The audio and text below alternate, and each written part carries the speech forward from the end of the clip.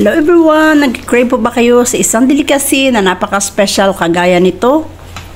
Ayan guys, kung makikita po ninyo, sobrang napaka-amazing at saka napakasarap po ng lasa nito. Itsura pa lang, nakakatakam na po guys. Kaya ayan guys, ano pang inaantay natin? Samahan po ninyo akong para malaman kung ano po ang delicacy na ginawa natin for today. Kaya ayan, simulan na po natin.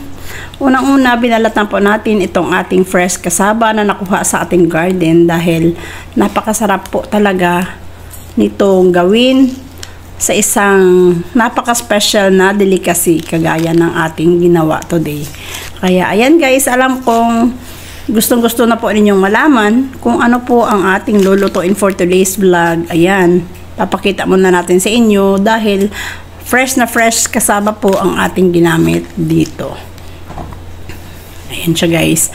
After po natin itong balatan, ayan, i-grate na naman po natin ito sa ating grater para magiging ingredients na sa ating lulutuing delicacy.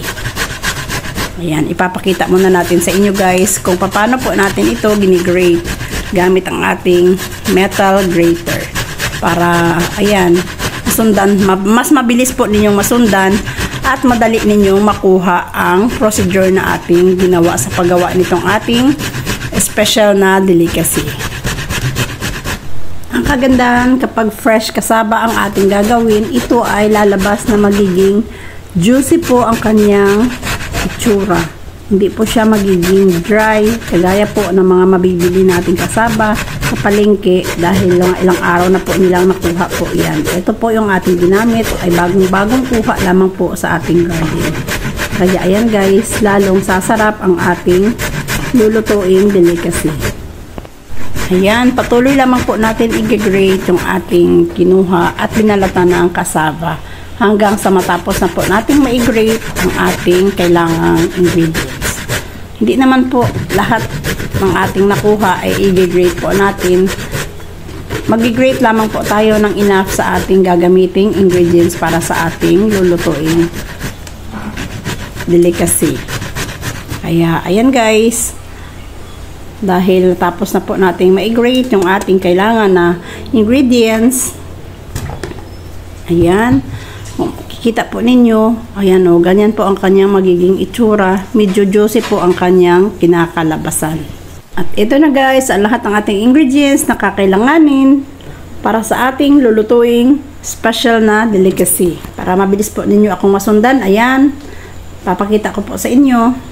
Meron na po tayo ditong 2 kilos grated cassava, 1 can of evaporated milk, 1 can of coconut milk, 1 can of condensed milk, 1 whole butter melted, 2 eggs, and 1 cup of sugar. Ayan, pagsamasamahin lamang po natin ang lahat ng ating mga ingredients sa ating granate na cassava. Depende po sa inyo kung alin pong ingredients ang inyong uunahin sa paghalo ng ating mga ingredients. Wala namang problema dahil sa pagkakasunod-sunod, wala namang sinasabing ito ang kailangan unahin. Nasa sa atin na lamang po kung ano po ang ating mas uunahing ilagay. Ang importante ay maipaghalo po natin ang lahat ng ating mga kakailanganing ingredients sa ating lulutuing delicacy. Kaya ayan guys, sundan lamang po ninyo ako para mabilis po ninyong makuha at sundan ang mga procedure na ating gagawin.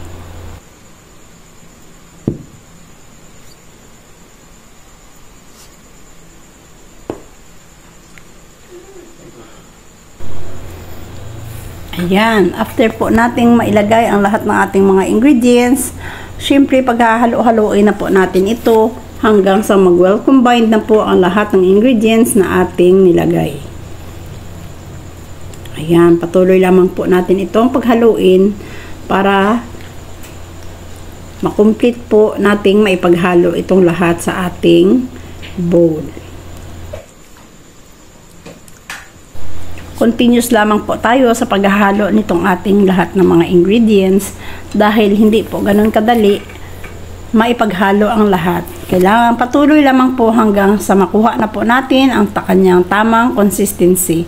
Ayan, kunting halo pa po dahil nakikita po natin na medyo halong-halo na po ang lahat ng ingredients na ating nalagay. Ayan. And then, after po natin itong maipaghalo, i-prepare naman po natin ang ating paglalagyan sa ating pinaghalong mixture. Ayan, meron po tayo dyan na baking tray at meron na po tayong nilagay dyan na wax paper para hindi po siya dumikit sa ating tray. Ayan. Make sure lamang po na mailalagay natin ito. Yung ginawa ko dito guys, dahil dalawang tray po na rectangle size ang ating ginamit. So, hinati ko lamang po sa dalawa itong ating mixture para magiging balance po ang kanilang pagkakaluto. Ayan. Tansya-tansya na lang po guys ang ating ginawa para maipaghalo po natin ito sa ating dalawang tray. Ayan, i-flatten lamang po natin ang kanyang taas para napakaganda ang itsura ng kalalabasan ng ating lulutuin. Ayan, and then sa isang tray naman po guys, ayan, binuhos ko na lamang po ang natirang mixture natin para magiging pantay ang ating lulutuin. Sa una, kung makikita po natin, sobrang parang napakabasa po ng kanyang mixture. Pero yan po ang pinakamagandang itsura ng tamang mixture sa ating lulutuin dahil ang kalalabasan po niya guys ay magiging soft po siya, hindi po siya magiging matigas. Parang malambot po siya at saka napakasarap po niyang kainin. Hindi po siya nakakaumay dahil hindi po natin masyadong dinamihan ang ating paglagay ng asukal para din po sa atin na hindi mahilig sa matamis masyado. Kaya ayan guys, after po natin ilagay, syempre natin din po natin siya. Ayan na po ang ating dalawang tray, nakahanda na po natin. And then next naman natin gagawin ay ilalagay na po natin yan sa ating prepare na preheated oven. Ayan, pasensya na po kayo guys dahil medyo maliit yung ating oven. Yung ginawa ng mister ko dyan ay pinagpatong muna yung dalawang mixture para sabay-sabay po silang ma-heat sa loob ng oven. Ayan, ibibake lamang po natin ito into 1 hour sa ating 180 degrees Celsius na temperature. Ayan guys, after 1 hour, chinek po natin yung ating binake. Ayan, nakikita po natin na medyo luto na po ang kanyang upper part. And then, tinusok po natin yan sa toothpick. Make sure na wala na po sasama. It means yan guys ay luto na po yung ating binake. And then, ayan, una natin kinuha yung isa. Lalagyan po natin ito ng condense on top para magdagdag po sa sarap at lasa ng ating lulutuing delicacy. Dahil isa din po ito sa paraan para mapaganda pa po natin lalo ang taas ng ating nilulutong delicacy. Ayan guys, medyo tapos na po natin lagyan ng condensed milk yung upper part ng ating unang niluto. And then next naman kukunin naman natin yung isa at yun naman yung ating lalagyan din. At yung nalagyan na po natin ay ibabalik na po natin sa oven at antayin po nating magbabol at medyo mag-brown po ang kulay ng ating nilagay na condense. Ayan.